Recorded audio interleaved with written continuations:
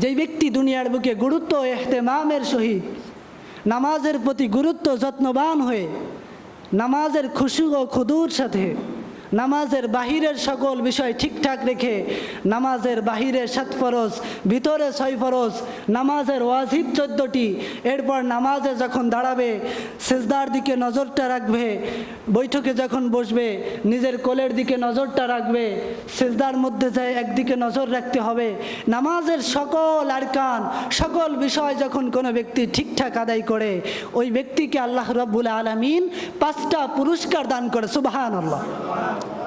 আল্লাহ রসুল সাল্লাল্লাহু আলাইহি ওয়াসাল্লাম হাদিসের মধ্যে বলতেছেন, এক ব্যক্তি যখন নামাজ আদায় করে, সুন্দরভাবে নামাজ আদায় করে, তখন আল্লাহ রাব্বুল আলামিন তাকে আমরা আজ দুনিয়ার বুকে রিজিকের জন্য, আজ সম্পদের জন্য, আমাদের অভাব পূরণ করার জন্য, আমাদের সব কিছু হাজাত পুরা করার জন্য আমরা দৌড়াদৌড়ি করতেছি, ভাই ভাইয়ের সাথে যুদ্ধ করতেছি, ভাই ভাইয়ের সাথে হানাহানি করতেছি। আল্লাহ রসুল বলতেছেন, যখন কোনো ব্যক্তি নামাজ আদায় করে আল্লাহ তাআলা তার সকল প্রয়োজনকে মিটায় দেন। সুবহান সুবহান। 2 নম্বর, নাহমাদুহু ওয়া নাস্তাঈনুহু ওয়া নাস্তাগফিরুহু ওয়া নাউযু বিল্লাহি মিন শুরুরি আনফুসিনা মান ইয়াহদিল্লাহু ফালা মুদিল্লা লাহু ওয়া মান ইউদ্লিলহু ফালা হাদিয়া লাহু ونشهد أن لا إله إلا الله وحده لا شريك له ونشهد أن محمدا عبده ورسوله أما بعد فأعوذ بالله من الشيطان الرجيم بسم الله الرحمن الرحيم إن الله وملائكته يصلون على النبي يا أيها الذين آمنوا صلوا عليه وسلموا تسليما شكل درود إبراهيم بوري اللهم صل على محمد وعلى آل محمد كما صليت على إبراهيم وعلى آل إبراهيم إنك حميد مجيد اللهم بارك على محمد وعلى آل محمد كما باركت على إبراهيم وعلى آل إبراهيم إنك حميد مجيد মহিয়ান গরিয়ান আল্লাহ রব্বুল আলামিনের শুকরিয়া যে আল্লাহ রব্বুল আলামিন হাজারো ফিতনা ফাসাদ থেকে হাজারো রোগ মুক্তিত করে আমাদেরকে পবিত্র জুমার দিন মসজিদে এসে বসে 2টি কথা বলার ও শোনার তৌফিক দিয়েছেন। এজন্য সে আল্লাহ রব্বুল আলামিনের দরবারে শুকরিয়া আদায় করে বলি আলহামদুলিল্লাহ। মহিয়ান গরিয়ান আল্লাহ রব্বুল আলামিন মানুষকে বলেছেন, তোমরা সকলেই আমি আল্লাহ তাআলার ইবাদত করো। কুরআনুল কারীম আমাদের নবী হযরতে মুহাম্মদ মুস্তাফা সাল্লাল্লাহু আলাইহি ওয়াসাল্লাম এটা শুধু মুসলমানদের জন্য নয়, কুরআনুল কারীম আমাদের নবী এই কোরআনের দাওয়াত দুনিয়ার বুকে যত মানুষ আছে সব মানুষের জন্য আল্লাহ রাব্বুল আলামিন এই কুরআনুল কারীমকে হেদায়েত স্বরূপ পাঠিয়েছেন। আরেকটা মানুষ যখন মুসলমান হয়, কালিমায়ে তয়্যিবা পাঠ করে যখন মুসলমান হয়, লা ইলাহা ইল্লাল্লাহু মুহাম্মাদুর রাসূলুল্লাহ, তখন এই কালিমার রশি তার গলায় ঝুলার পরে ওই ব্যক্তির উপর ইসলামের যত বিধিবিধান আছে, ইসলামের যত কাজ আছে সবগুলো তার উপর এসে আরোপিত হয়। দুনিয়ার বুকে অমুসলিমরাও ভালো কাজ করে, এনজিও বিভিন্ন সংস্থা রাস্তাঘাট নির্মাণ করে, মানুষের চলাচলের পথ বানায়, বিভিন্ন শিক্ষা প্রতিষ্ঠান বানায়, কিন্তু তাদের আমল নামায় কোনো কিছুই লিপিবদ্ধ করা হয় না। কারণ তাদের শুরুতে এক নেই, ইমান হচ্ছে এক। ইমান হচ্ছে কি? এক। যদি ওই ব্যক্তি একের পরে একটু নামাজ আদায় করে তো একটা শূন্য বাড়ে, কত হলো? 10 হলো। কত হলো? 10 হলো। এরপরে যদি আরেকটু ভালো কাজ করে, রাস্তা নির্মাণ করে, প্রতিষ্ঠান খোলে, মসজিদ নির্মাণ করে, একের পরে শূন্য বাড়তেই আছে, দাম বাড়তেই আছে। সুবহানাল্লাহ।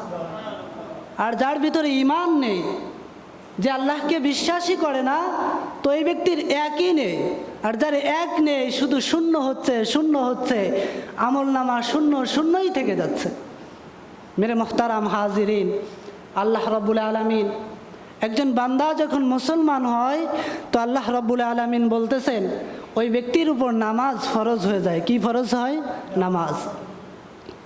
হাদিস শরীফের মধ্যে আসছে, বুনিয়াল ইসলামু আলা খামসিন শাহাদাতি আল্লা ইলাহা ইল্লাল্লাহ ওয়া আন্না মুহাম্মাদার রাসূলুল্লাহ ওয়া ইকামিস সালাহ ওয়া ইতাইজ যাকাত ওয়া সাওমি রমাদান ওয়া হজ্জিল বাইত। একজন মানুষ, ইসলামের ভিত্তি হলো 5টি, তার মধ্যে 1 নম্বর হচ্ছে আল্লাহ রাব্বুল আলামিন এবং তার রসুল মুহাম্মদুর রাসূলুল্লাহ সাল্লাল্লাহু আলাইহি সাল্লামকে মেনে নেওয়া। তারপর যে বিষয়টি তার উপর আসতেছে সেটি হচ্ছে নামাজ আদায় করা। হাদিসের মধ্যে আসছে, এক সাহাবী মসজিদের মধ্যে প্রবেশ করলেন, মসজিদের মধ্যে প্রবেশ করে নামাজ আদায় করতেছেন। তো রাসূলুল্লাহ সাল্লাল্লাহু আলাইহি সাল্লাম মসজিদের এক কিনারায় বসেছিলেন। তো ওই সাহাবী যখন নামাজ আদায় করতেছে, নামাজ আদায় করার পরে রাসূলুল্লাহর কাছে এসে বলতেছে, আসসালামু আলাইকা ইয়া রাসূলুল্লাহ। আল্লাহ রসুল বলতেছেন, ওয়া আলাইকুমুস সালাম ওয়া রাহমাতুল্লাহি ওয়া বারাকাতুহু। হে আমার প্রাণের সাহাবী, আমি দেখলাম তুমি নামাজ আদায় করতেছো, ইরজি ফাসাল্লি ফা ইন্নাকা লাম তুসাল্লি। আমি রসুল মসজিদের কিনারায় বসাছিলাম, আর তুমি আমার সাহাবী, আমিও দেখলাম তুমি মসজিদে প্রবেশ করে নামাজ আদায় করলে, কিন্তু আমি বলতেছি না, তোমার নামাজ হয় নাই। ইরজি ফাসাল্লি ফা ইন্নাকা লাম তুসাল্লি। তুমি যাও, আবার নামাজ পড়ো, তুমি যে নামাজ পড়েছো সেটা তোমার হয় নাই। এভাবে ওই সাহাবী 3 বার সালাত আদায় করার পরে রাসূলুল্লাহ সাল্লাল্লাহু আলাইহি সাল্লামের কাছে আবারও ফিরে আসছে, আবার রাসূলুল্লাহকে সাল্লাল্লাহু আলাইহি সাল্লামকে সালাম দিয়েছেন। তখন রাসূলুল্লাহ সাল্লাল্লাহু আলাইহি সাল্লাম বলেছেন, হে আমার সাহাবী, তুমি আবার যাও, তুমি নামাজ আদায় করো, তোমার নামাজ হয় নাই। তখন ওই সাহাবী কেঁদে ফেললেন, ইয়া রাসূলুল্লাহ, এর থেকে সুন্দর নামাজ তো আমি আর জানি না। তখন রাসূলুল্লাহ সাল্লাল্লাহু আলাইহি সাল্লাম তাকে নিজে দাঁড়িয়ে, নিজে হাতে কলমে তাকে নামাজ শিক্ষা দিয়েছেন। সুবহানাল্লাহ।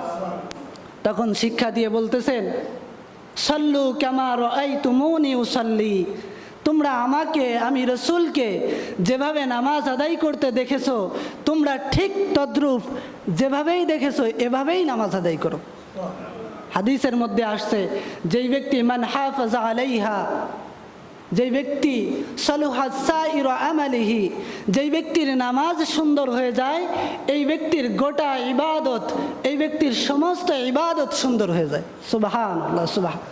আর যেই ব্যক্তির নামাজ সুন্দর হয় না, এই ব্যক্তির সকল ইবাদতের মধ্যে ত্রুটি থাকে।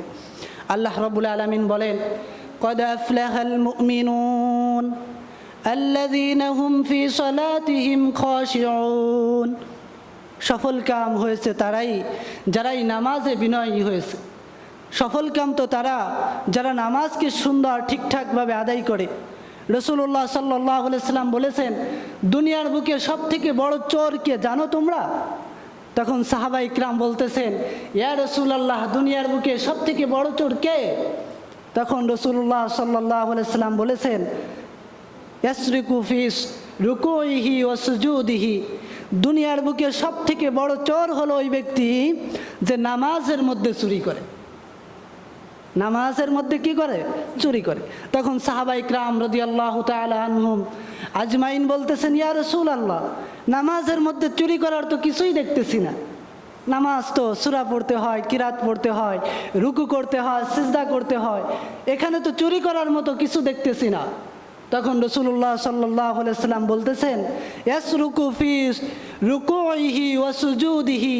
একজন মানুষ নামাজের মধ্যে চুরি করার মানে হচ্ছে ওই ব্যক্তি রুকু সিজদা ঠিকমতো আদায় করে না। ঠিক কি না? আজ সমাজের বুকে অনেকেই নামাজ পড়ে। আমার মহল্লায় ঈদের দিন তো শুক্রবার ছিল, শুক্রবারে আমি বয়ান করেছিলাম। তো মুসল্লিদের হাল হাকিকত সম্পর্কে তো আমি জানি, মহল্লায় বাস করি, সবার অবস্থা আমি জানি। তো আমি বলতেছি, আজ পবিত্র জুমার দিন আমি আর আপনি নামাজের মাসলা মাসাইল সম্পর্কে জানি না, শুধু নামাজ পড়তে হয় তাই পড়ি। অনেকে সূরা ফাতিহা জানি না, তাশাহুদ জানি না, দোয়ায়ে কুনুত তো আরও অনেক লম্বা কথা, আরও ইত্যাদি ইত্যাদি যত বিষয় আছে, 10টা সূরা জানতে হয়, কিছুই আমরা জানি না, শুধু নামাজ পড়ি।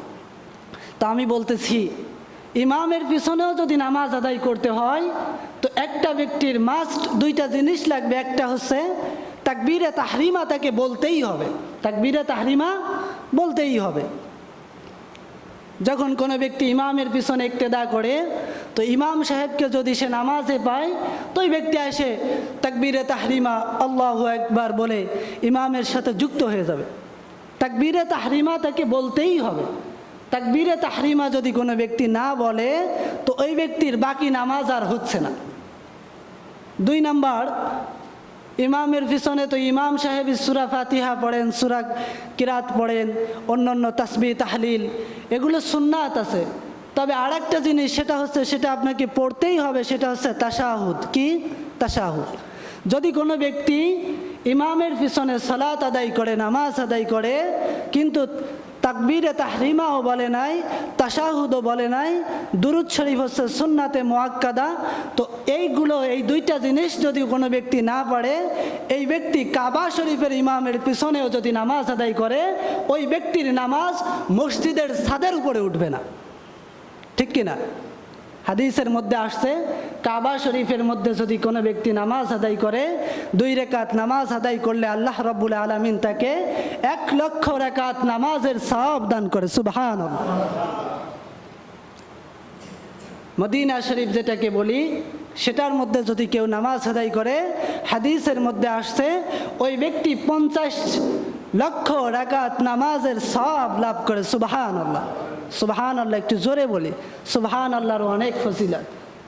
যারা ফেসবুক ইন্টারনেট চালান তারা জানতেছেন বাইতুল আকসা ইসরায়েলের মসজিদ নিয়ে এখন ইসরায়েলের সাথে গন্ডগোল চলতেছে। তো ইসরায়েলের মসজিদ হচ্ছে বাইতুল আকসা মসজিদ। এইখানে যেই ব্যক্তি সালাত আদায় করে, হাদিসের মধ্যে আসছে এই ব্যক্তি 25,000 রাকাত নামাজের সওয়াব লাভ করে। সুবহানাল্লাহ। আর মসজিদে কুবা আরেকটি মসজিদ আছে মদিনা শরীফের মধ্যে, এই মসজিদের মধ্যে যেই ব্যক্তি নামাজ আদায় করবে, আল্লাহ রাব্বুল আলামিন বলেছেন, হাদিসের মধ্যে এসেছে, রাসূলুল্লাহ সাল্লাল্লাহু আলাইহি সাল্লাম বলতেছেন, এই ব্যক্তির মসজিদে কুবায় যদি কোনো ব্যক্তি নামাজ আদায় করে তো একটা উমরা হজ করার সওয়াব সে লাভ করে। সুবহানাল্লাহ, সুবহান। কিন্তু নামাজ আদায় করতে হবে তো ঠিকঠাক পদ্ধতিতে। আজ আমরা নামাজ আদায় করতেছি, নামাজের কোনো কিছুই জানি না। আপনাদের অবস্থা তো আমি জানি না।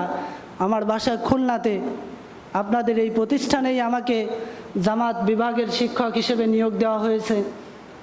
আমি লালবাগ মাদ্রাসা ঢাকা থেকে পড়াশোনা করেছি।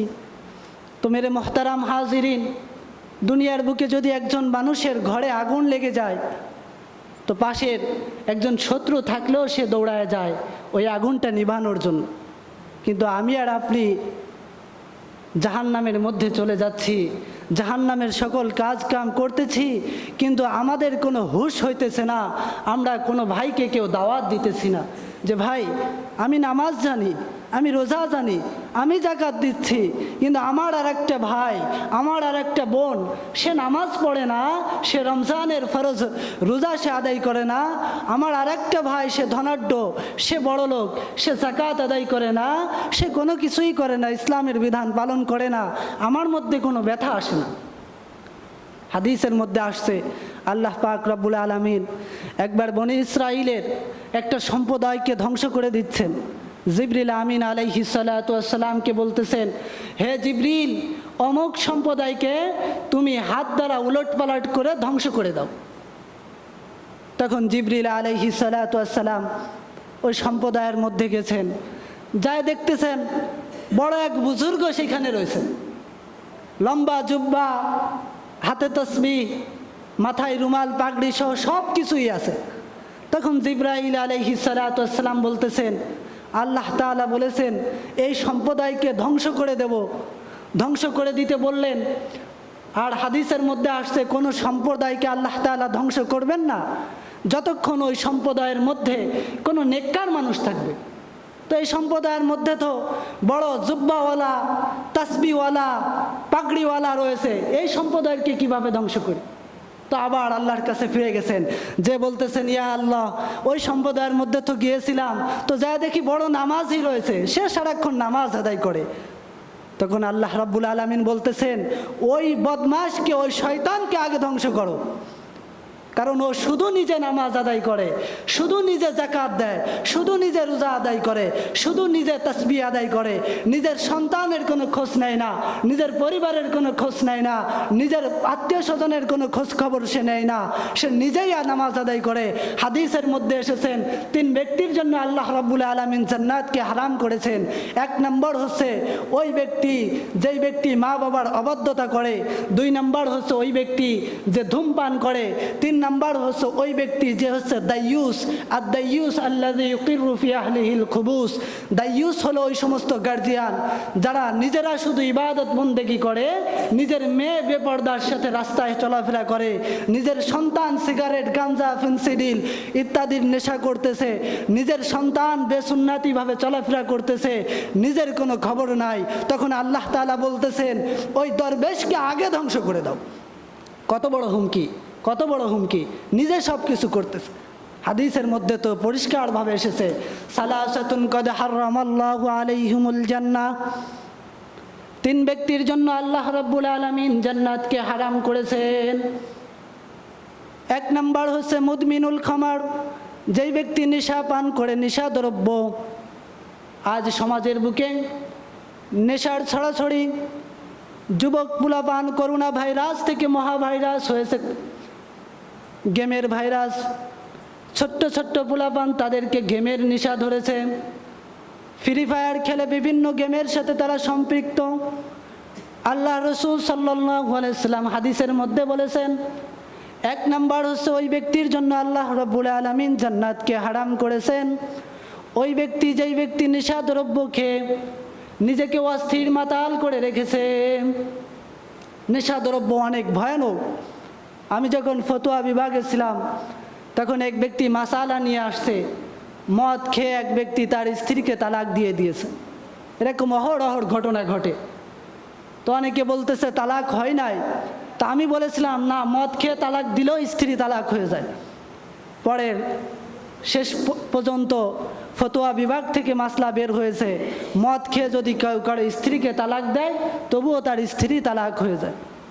2 নম্বর হচ্ছে হাদিসের মধ্যে এসেছে, ওয়াল আক, মা বাবার অবাধ্য সন্তানকে আল্লাহ তাআলা জান্নাত হারাম করেছেন। মা বাবার অবাধ্য সন্তান, আজ সমাজের বুকে সব কিছুর কদর হচ্ছে, কিন্তু মা বাবার কদর আমরা করি না। মা বাবার অবাধ্য সন্তান, কার মা বাবা কেমন আছে সেটা তো আর আমি জানি না। নিজের সামর্থ্য অনুযায়ী মা বাবার যত্ন সেবা করা ওয়াজিব। কুরআনুল কারীমের মধ্যে আল্লাহ রাব্বুল আলামিন আল্লাহর ইবাদতের সাথে বলেছেন, মা বাবার সেবা যত্ন করো। 3 নম্বর ওই ব্যক্তি আদ-দাইয়ুস আল্লাযী ইউকিরু ফি আহলিহিল খুবুস, ওই ব্যক্তির জন্য আল্লাহ রাব্বুল আলামিন জান্নাতকে হারাম করেছেন যেই ব্যক্তি দাইয়ুস। অন্য হাদিসের মধ্যে আসছে, একজন মহিলাকে জাহান্নামে নেওয়ার পূর্বে আল্লাহ তাআলা 4 জন পুরুষকে জাহান্নামে নেন। কয়জন পুরুষকে? 4 জন পুরুষকে। তো একজন মহিলার সাথে 4 জন পুরুষের সম্পর্ক কি? তো বলতেছে, একজন মেয়ের যতদিন পর্যন্ত বিবাহ না হয় তো ওই মেয়েকে পর্দার সাথে, ওই মেয়েকে দিনদারিতার সাথে রাখা তার বাবার জন্য ফরজ। বাবা যদি তার মেয়েকে বিবাহ দেওয়ার আগ পর্যন্ত যদি পর্দার সাথে না রাখে, ওই মেয়ে যত গুনাহ করবে ওই ব্যক্তির উপর তত গুনাহ, তার একটা লাভ, গুনাহের একটা % ওই বাবার উপর চলে আসবে। যদি বাবা কোনো দুর্ঘটনার কারণে মারা যায় তো সংসারের বড় ভাই হচ্ছে, তার উপর দায়িত্ব আসে, তার মা, তার বোন, তার অধীনস্থ সবাইকে পর্দা পুশিদার সাথে দিনদারিতার সাথে রাখা তার জন্য দায়িত্ব চলে আসে। এরপর যখন একটা মেয়ের বিবাহ হয়, তো ওই মেয়ের বিবাহ হওয়ার পরে স্বামীর উপর দায়িত্ব আসে ওই মেয়েকে পর্দা পুশিদার সাথে, ওই মেয়েকে দিনদারিতার সাথে রাখা স্বামীর উপর দায়িত্ব আসে। স্বামীও যদি কোনো দুর্ঘটনায় আল্লাহর ডাকে সাড়া দিয়ে চলে যান, তো সংসারের যে গার্জিয়ান হবে, বড় সন্তানও হতে পারে বা আরও ইত্যাদি যারাই দায়িত্বশীল হবে, তাদের উপর ওই মহিলাকে পর্দার সাথে দিনদারিতার সাথে রাখা হচ্ছে ফরজ। কিন্তু যদি এই মহিলাকে পর্দার সাথে না রাখে, তো আল্লাহ রসুল সাল্লাল্লাহু আলাইহি সাল্লাম বলতেছেন একজন মহিলাকে জাহান্নামে নেওয়ার পূর্বে 4 জন পুরুষকে জাহান্নামের মধ্যে নেওয়া হবে। কত বড় হুমকির কথা, কত বড় হুমকির কথা। আজ আমি আর আপনি নিজেই নামাজ আদায় করি, আমি আর আপনি নিজেই মসজিদের নিচে বসে কোষে কোষে জিকির করি, জিকির করতে করতে হুঁশ থাকে না আমার পরিবারে কি হচ্ছে। সব কিছুই করতে হবে। আল্লাহ রসুল সাল্লাল্লাহু আলাইহি সাল্লাম বলতেছেন 3 জনের জন্য আল্লাহ রব্বুল আলামিন জান্নাতকে হারাম করেছেন। 1 নম্বর হচ্ছে নেশাখোর, যারা নেশা খেয়ে নিজেকে অস্থির করে রাখে। 2 নম্বর হচ্ছে মা বাবার অবাধ্য সন্তান। 3 নম্বর হচ্ছে দাইয়ুস, ওই সমস্ত গার্জিয়ান যে শুধু নিজে ইবাদত করে, সন্তান পরিবার পরিজনের আত্মীয় স্বজনের কোনো খবর নেয় না, মহল্লা সমাজের কোনো খবর নেয় না, নিজে নামাজ আদায় করে, নিজে যাকাত আদায় করে, নিজে রোজা আদায় করে, কিন্তু সে নিজে আদায় করে, অন্য ভাইকে সব কিছুর দাওয়াত দেয় না।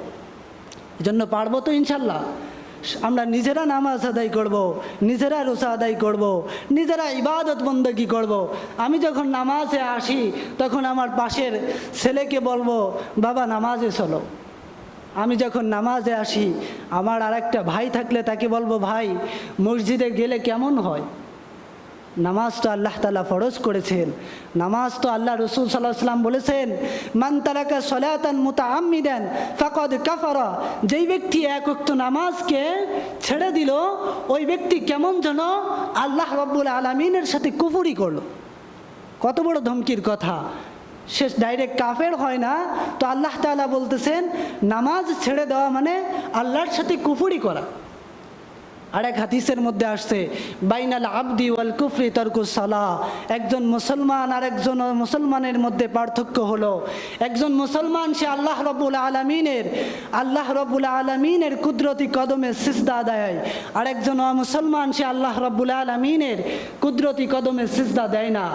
একজন মুসলমান সে নামাজ আদায় করে, আর একজন অমুসলমান যে সে নামাজ আদায় করে না। হাদিসের মধ্যে স্পষ্ট এসেছে বাইনাল আবদি ওয়াল কুফরি তারকুস সালাহ, একজন মুসলমান আর একজন মুসলমানের মধ্যে পার্থক্য হচ্ছে কি ভাই নামাজ। আর এক হাদিসের মধ্যে আসছে, আলোচনা শেষ করে দেব একটা হাদিস বলে। আল্লাহ রসুল সাল্লাল্লাহু আলাইহি সাল্লাম বলেছেন যেই ব্যক্তি দুনিয়ার বুকে গুরুত্ব ইহতেমামের সহিত নামাজের প্রতি গুরুত্ব যত্নবান হয়ে নামাজের খুশু ও খুদুর সাথে নামাজের বাহিরের সকল বিষয় ঠিকঠাক রেখে নামাজের বাহিরে 7 ফরজ, ভিতরে 6 ফরজ, নামাজের ওয়াজিব 14টি, এরপর নামাজে যখন দাঁড়াবে সিজদার দিকে নজরটা রাখবে, বৈঠকে যখন বসবে নিজের কোলের দিকে নজরটা রাখবে, সিজদার মধ্যে যায় একদিকে নজর রাখতে হবে। নামাজের সকল আরকান সকল বিষয় যখন কোনো ব্যক্তি ঠিকঠাক আদায় করে ওই ব্যক্তিকে আল্লাহ রাব্বুল আলামিন 5টা পুরস্কার দান করে। সুবহানাল্লাহ।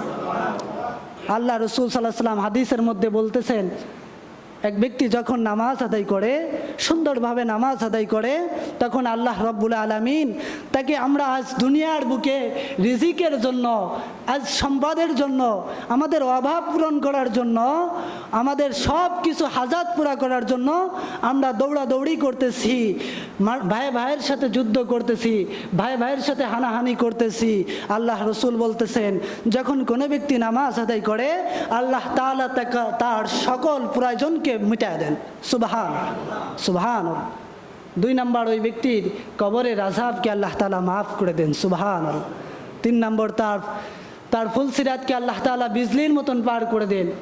এরপর আল্লাহ তাআলা 4 নম্বর আল্লাহ রাব্বুল আলামিন ডান হাতে আমলনামা দিয়ে তাকে বিনা হিসাবে আল্লাহ রাব্বুল আলামিন জান্নাত নসিব করেন। সুবহানাল্লাহ সুবহান। নামাজের অনেক বড় গুরুত্ব। আল্লাহ রসুল সাল্লাল্লাহু আলাইহি ওয়াসাল্লাম বলেছেন, আসসালাতু ইমাদুদ্দিন, নামাজ হচ্ছে দ্বীনের একটা স্তম্ভ। যে ব্যক্তি নামাজকে আদায় করেছে সে দ্বীনকে কায়েম করেছে, আর যে নামাজকে নষ্ট করেছে এ পুরা দ্বীনকে নষ্ট করে দিয়েছে। এজন্য পারবো তো ভাই, নামাজ আদায় করতে পারবো তো ইনশাল্লাহ? আমরা তো নামাজ, এখানে যারা নামাজ পড়ি তারাই আসছি, মহল্লায় তো আরও মানুষ আছে, তারা তো নামাজে আসে না ঠিকঠাক মতো। আজ পবিত্র জুমার দিন, তাদের উপর তো নামাজ ফরজ ছিল, তাদের জন্য তো নামাজ ফরজ ছিল, তারা তো মহল্লার মসজিদে নামাজের জন্য আসে নাই। তো আমরা সকল ভাইদেরকে আমরা নিজেরাও নামাজ আদায় করব, সবাইকে নামাজের দাওয়াত দিয়ে তারপর নামাজে আসব। পারবো তো ইনশাল্লাহ? ইনশাল্লাহ। আল্লাহ তাআলা সবাইকে নামাজের প্রতি যত্নবান হওয়ার তৌফিক দান করুক। সকলে বলি আমিন। ওয়া আখিরু দাওয়ানা